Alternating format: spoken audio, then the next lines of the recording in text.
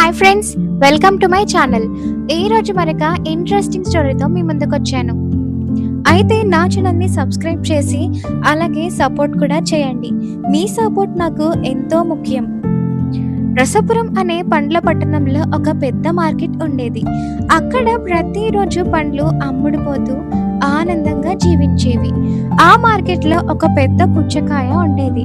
బయటకు చాలా పెద్దది, బలంగా కనిపించేది.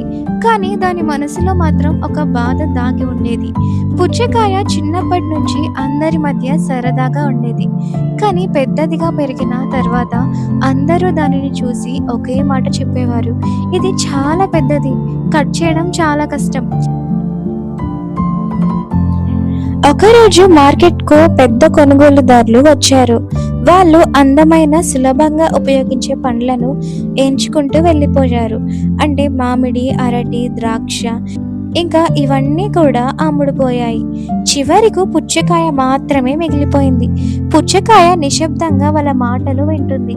కొనుగోలుదారులు ఇది చాలా పెద్దది, ఎవరికీ దీని అవసరం లేదు అని చెప్పారు. మరొకరు నవ్వుతూ వెళ్ళిపోయారు. ఇంకా పుచ్చకాయ మనసులో కోపం, బాధ కలిసిపోతాయి. పుచ్చకాయ, నన్ను నా పరిమాణం వల్లే తిరస్కరిస్తున్నారు, నా విలువ ఎవరికీ కనిపించడం లేదు. ఆ రాత్రి పుచ్చకాయ ఒంటరిగా మార్కెట్ బయటకు వెళ్ళిపోతుంది. తనపై వచ్చిన అవమానాన్ని గుర్తు చేసుకుంటూ ప్రతిజ్ఞ చేస్తుంది: ఒకరోజు నా విలువ అందరికీ చూపిస్తాను. కొన్ని రోజులు అది పట్టణం దూరంగా ప్రయాణం చేస్తుంది. ఒక చిన్న గ్రామానికి చేరుతుంది. అక్కడ వేసవిలో ప్రజలు దాహంతో బాధపడుతూ ఉంటారు. చల్లని నీరు కూడా అందుబాటులో ఉండదు. ఒక చిన్న బాలుడు అలసిపోయి నేలపై కూర్చుంటాడు. పుచ్చకాయ అది చూసి దగ్గరకు వస్తుంది. గ్రామస్తులు దానిని కోసి పిల్లలకు తినిపిస్తారు. అందరూ ఆనందంగా తింటారు. దాహం తగ్గుతుంది. ఇంకా ఒక వృద్ధుడు ఆశ్చర్యంగా మాట్లాడతాడు: ఇంత నీరు, ఇంత చల్లదనం ఇచ్చే పండు చాలా అరుదు అని. పుచ్చకాయ ఆ మాట విని మొదటిసారి తన విలువ అర్థం చేసుకుంటుంది. అది అక్కడే ఉండి ప్రజలకు సహాయం చేయడం మొదలు పెడుతుంది.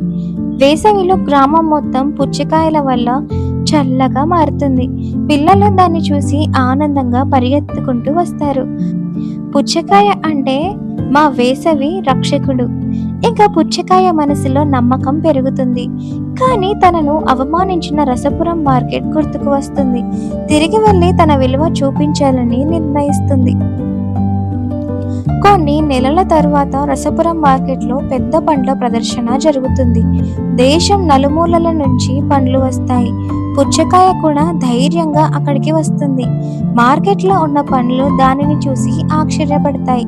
ఇంకా మామిడి, నువ్వు మళ్ళీ వచ్చావా అని అంటే పుచ్చకాయ ప్రశాంతంగా నవ్వుతుంది. ఈసారి నేను నన్ను నిరూపించుకోవడానికి వచ్చాను అని చెప్తుంది. ప్రదర్శనలో ప్రతి పండు తన ప్రత్యేకత చూపించాలి. పుచ్చకాయ స్టేజ్ మీదకు వెళ్ళి తన కథ చెబుతుంది. వేసవిలో గ్రామ ప్రజలకు ఎలా సహాయం చేసిందో చూపిస్తుంది. చల్లని రసం అందరికీ ఇస్తుంది. ప్రేక్షకులు ఆశ్చర్యపోతారు. అందరూ దాని రుచిని మెచ్చుకుంటారు. జడ్జిలు నిలబడి చప్పట్లు కొడతారు.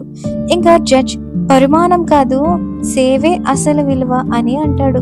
పుచ్చకాయ విజేతగా నిలుస్తుంది. అందరూ దాని దగ్గరకు వచ్చి ఆనందిస్తారు. ఒకప్పుడు తిరస్కరించిన కొనుగోలుదారు కూడా దగ్గరకు వస్తాడు. ఇంకా ఆ కొనుగోలుదారు, మేము నిన్ను అర్థం చేసుకోలేకపోయాం అని చెప్తాడు. పుచ్చకాయ మృదువుగా సమాధానం చెబుతుంది. పుచ్చకాయ ఇలా అంటుంది: మీరు నన్ను తిరస్కరించకపోతే నేను నా అసలు విలువ తెలుసుకోలేను. ఇంకా అక్కడ ఉన్న చిన్న పండ్లు దాని దగ్గరకు చేరుతాయి. ఆ చిన్న పండ్లు తిరస్కారం వస్తే ఏం చేయాలి అని అడుగుతాయి. ఇంకా పుచ్చకాయ చిరునవ్వు నవ్వుతుంది. తిరస్కారం మనల్ని కూల్చడానికి కాదు, మన బలం ఎక్కడ ఉందో చూపించడానికి వస్తుంది. ఆ రోజు నుంచి రసపురం మార్కెట్లో ఎవ్వరూ తమను తాము తక్కువగా భావించలేదు. పుచ్చకాయ మాత్రం ప్రతి వేసవిలో గ్రామాలకు వెళ్ళి ప్రజలకు సహాయం చేస్తూ జీవించింది. ఫైనల్ గా మోరల్ ఆఫ్ ద స్టోరీ ఏంటి అంటే, తిరస్కారం మనల్ని ఓడించదు, మన విజయానికి కారణం అవుతుంది.